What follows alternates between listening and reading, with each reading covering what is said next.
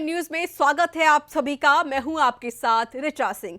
UP विधानसभा चुनाव के 2 चरण पूरे हो चुके हैं, लेकिन टिकट की मारामारी अब भी जारी है। किसी को टिकट दिया जा रहा है तो किसी से टिकट वापस लिया जा रहा है, और ऐसे में प्रत्याशियों की नाराजगी और उनका भावुक होना लाजमी है। हाल के दिनों में ऐसे कई प्रत्याशी सामने आए जो टिकट कटने के बाद अपने आंसू नहीं छिपा पाए, और अब इसी में एक और नाम शामिल हो चुका है। कौन है वो नया चेहरा, इस रिपोर्ट पर देखिए। कट हमारा काटने हमारे से बहुत अन्याय किया राष्ट्रीय अध्यक्ष जी। हमको हमारा लड़का 14 के उनके जुलूस में घूम रहे थे। हम मुहर लगा चुकी है कि हम माफिया हैं कि जन सेवक हैं। गोरख पासवान के मेरा लड़का नदी में डूब के मर गया, फिर उनको 17 में टिकट दिए। रिपोर्ट उनको तो 3 दिन 4 दिन टिकट मिला था, कोई उनको पूछने वाला नहीं था, जनता नकार दिया। इससे आगे रहेंगे क्या? हमको जब निकाल दिया हमको तो क्या रहेंगे समाजवादी पार्टी में। यूपी में चुनावी माहौल है। चुनावी टिकटों की मारामारी और दल बदल की सियासत भी जारी है। साथ ही टिकट कटने के और उसके बाद नेताओं के रोने का तो मानो ट्रेंड सा चल पड़ा है, जिसमें सपा के एक और दिग्गज भी अब शामिल हो गए हैं।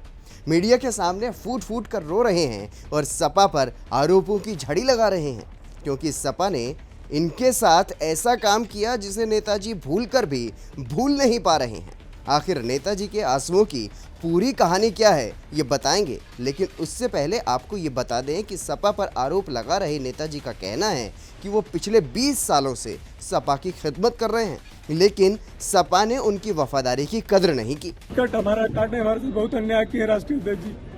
हमको हमारा लड़का 14 के उनके जुलूस में घूम रहे थे। गोरख पासवान के मेरा लड़का नदी में डूब के मर गया, फिर हमको 17 में टिकट दिए, फिर 10 महीना दौड़ा काट लिए राष्ट्रीय अध्यक्ष मेरा अखिलेश यादव। अब फिर मेरे को टिकट क्यों दिए? फिर काटना ही था तो अब मैं क्या करूं? मरूं या तो नदी में डूब के। अब मैं जनता के बीच में जाऊंगा, उनसे टिकट नहीं मांगने जाऊंगा राष्ट्रीय अध्यक्ष अखिलेश यादव से। अब मैं जनता की अदालत में जाऊंगा, जनता की फैसला करेगी, बटन वो दबाएगी, वो नहीं आके दबाएंगे। तो देखा आपने कैसे नेताजी अपने साथ हुए धोखे के अपने आंसू छिपा नहीं पा रहे हैं। तो चलिए अब आपको नेताजी के रोने का पूरा माजरा समझाते हैं। दरअसल मीडिया के कैमरों के सामने फफक कर रो रहे इन नेताजी का नाम है प्रदीप यादव, जो पिछले 20 सालों से सपा की खिदमत कर रहे थे। सपा ने प्रदीप यादव को उनकी वफादारी और खिदमत का तोहफा भी दिया, रुद्रपुर सीट से उम्मीदवार बनाकर। लेकिन प्रदीप यादव अपनी उम्मीदवारी का जश्न मना पाते उससे पहले ही सपा ने उनकी खुशियों पर पानी फेर दिया। वो कहते हैं ना, अंदर गए तो भंडारा खत्म और बाहर आए तो चप्पल गायब। ऐसा ही कुछ हुआ है प्रदीप यादव के साथ। सपा ने उन्हें रुद्रपुर सीट से टिकट तो दिया, लेकिन महज 24 घंटे के अंदर उनसे टिकट वापस भी ले लिया। अब आगे रहेंगे क्या? हमको जब निकाल दिया हमको तो क्या रहेंगे समाजवादी पार्टी में। मैं निर्दल चुनाव लड़ूंगा और जनता बताएगी कि रुद्रपुर का नेता प्रदीप यादव किसान का बेटा गरीब है, जो सीटर माफिया राम भगवान है, जिसको टिकट दिया है। इसके ऊपर दर्जनों मुकदमे हैं 307 और 302 के। कह रहे थे कि माफिया को नहीं टिकट देंगे, अपराधियों को नहीं टिकट देंगे। क्यों दे दिया अपराधी को टिकट? किसी गांव में घुसने नहीं पाएगा वो। मैं उसको 5वें स्थान पर कर दूंगा, नहीं किया तो कुर्ता टांग दूंगा मैं। सपा ने प्रदीप यादव से चुनावी टिकट वापस लेकर राम भवाल निषाद को अपना उम्मीदवार घोषित किया है।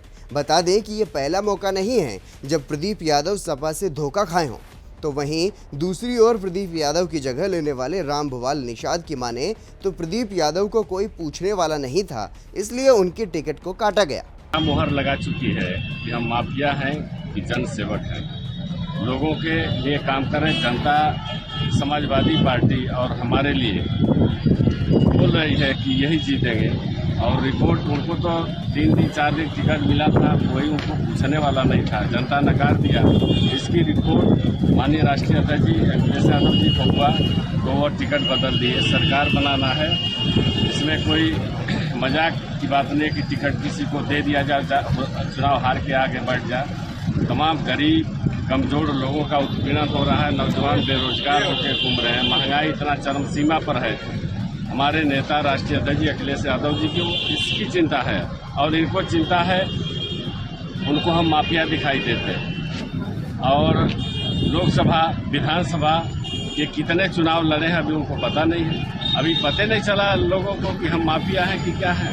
अब वो क्या करते हैं वो अपना नहीं जानते हैं कि हम कौन काम किए हैं। लोग न कहे तो इसका मतलब नहीं है कि कुछ जानते नहीं हम, और माफिया उत्तर प्रदेश में नहीं है तो हमारे खिलाफ भी बुलडोजर चलना चाहिए ना। अगर मुक्ता जो ऐसे और कोई भी माफिया है तो उनके ऊपर कार्रवाई, तो हमारे ऊपर भी करावे कार्रवाई। माफिया कह देने से नहीं हो जाएगा।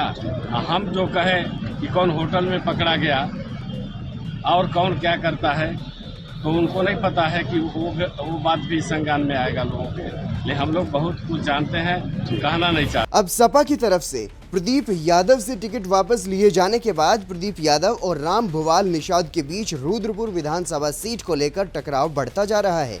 तो वहीं इस सीट के लिए चुनावी लड़ाई भी दिलचस्प मोड़ पर पहुंच गई है। ऐसे में अब देखना यह है प्रदीप यादव सपा के इस धोखे को कैसे भुला पाते हैं। Bureau report R9 news.